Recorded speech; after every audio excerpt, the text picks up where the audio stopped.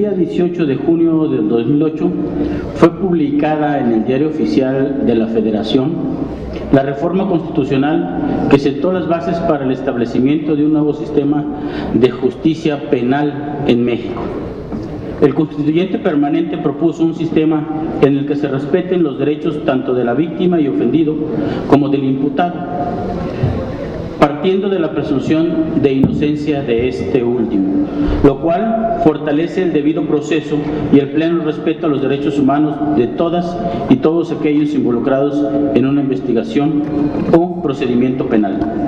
El artículo segundo transitorio de tal decreto supeditó su entrada en vigor a la legislación secundaria que así lo establece, sin exceder el plazo de 8 años contados a partir del día siguiente de la publicación de dicho decreto, término en el que las instituciones involucradas en el proceso penal deben realizar los cambios necesarios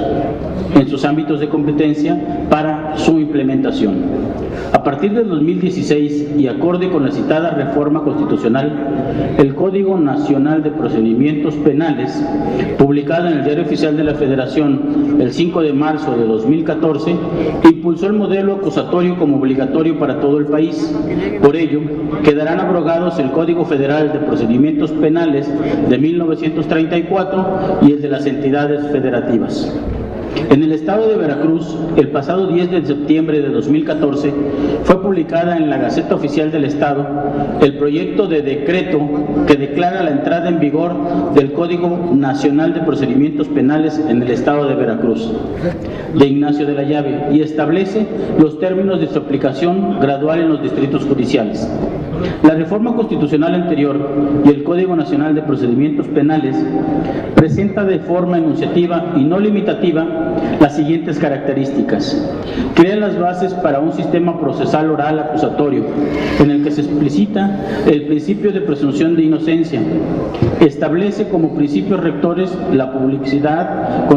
contradicción, concentración, continuidad e inmediación. Se otorgan mayores derechos a la víctima. Se adopta el sistema de libre valoración de la prueba. Se fortalece la defensoría pública. Se establecen mecanismos alternativos para la solución de controversias y la aplicación del criterio de oportunidad. Se crea la figura y establecen las facultades de los jueces de control. Se establece un concepto constitucional de fragancia, un estándar de pruebas para librar una orden de aprehensión. Se precisan los requisitos para el auto de vinculación a proceso y se profesionaliza el sistema de justicia penal.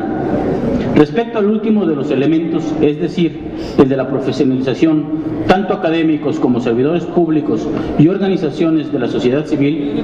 convergen en que en uno de los elementos fundamentales del nuevo sistema de justicia, especialmente para la policía y el Ministerio Público, el nuevo proceso penal establecido en el Código Penal Nacional de Procedimientos Penales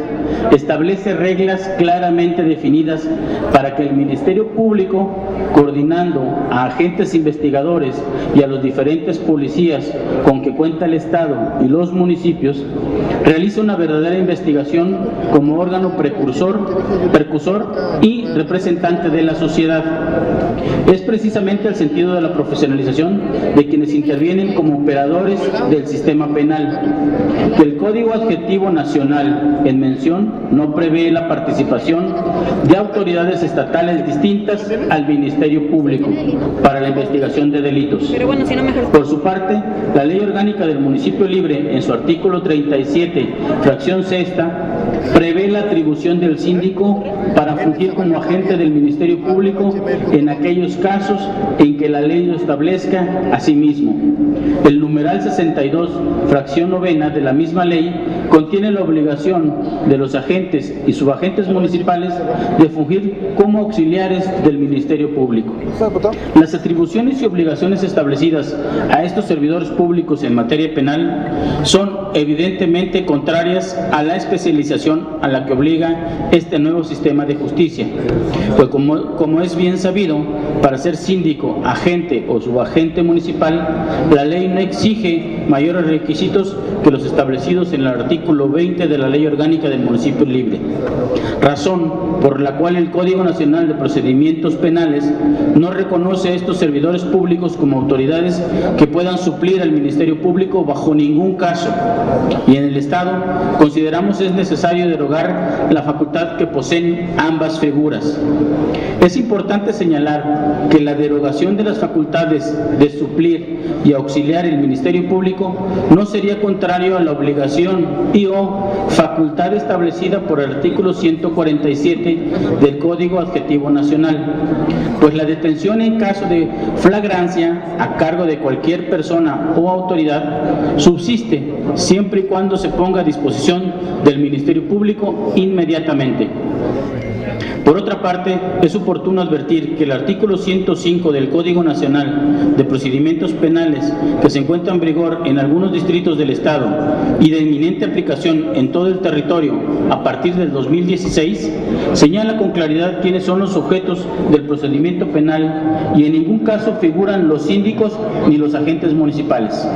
Es decir, solo la víctima u ofendido, el asesor jurídico, el imputado, el defensor, el Ministerio Público, la policía, el órgano jurisdiccional y la autoridad de supervisión de medidas cautelares y de la suspensión condicional del proceso. En consecuencia, esta iniciativa busca salvaguardar, pero sobre todo garantizar el principio de juicio previo y debido proceso a efecto de que cualquier persona se presuma inocente hasta que no se le demuestre lo contrario, con el que el culpable no quede impune y que se garanticen los derechos humanos de las víctimas, por lo que la intervención de un síndico municipal o de un agente municipal no está prevista en el Código Nacional de Procedimientos Penales, al no encontrarse comprendidos dentro de los sujetos procesales del nuevo sistema de justicia penal. Por esta falta de legitimación en el nuevo sistema de justicia penal, para evitar que se trastoquen los principios antes mencionados que pudieran derivar en violaciones a derechos humanos, deberán observarse formalidades desde el inicio de las etapas procesales. Es por ello que proponemos derogar la fracción sexta del artículo 37 y la fracción novena del diverso 62, ambos de la Ley Orgánica del Municipio Libre, a efecto de no obstaculizar la debida impartición de justicia en nuestro Estado. Recordemos que la racionalidad de implementar la aplicación del Código Nacional de Procedimientos Penales ha sido para transitar hacia un modelo acusatorio adversarial que logre esclarecer los hechos, proteger al inocente, procurar que el culpable no quede impune y que se repare el daño. Y hoy tenemos esa gran oportunidad de garantizar los principios rectores del proceso penal.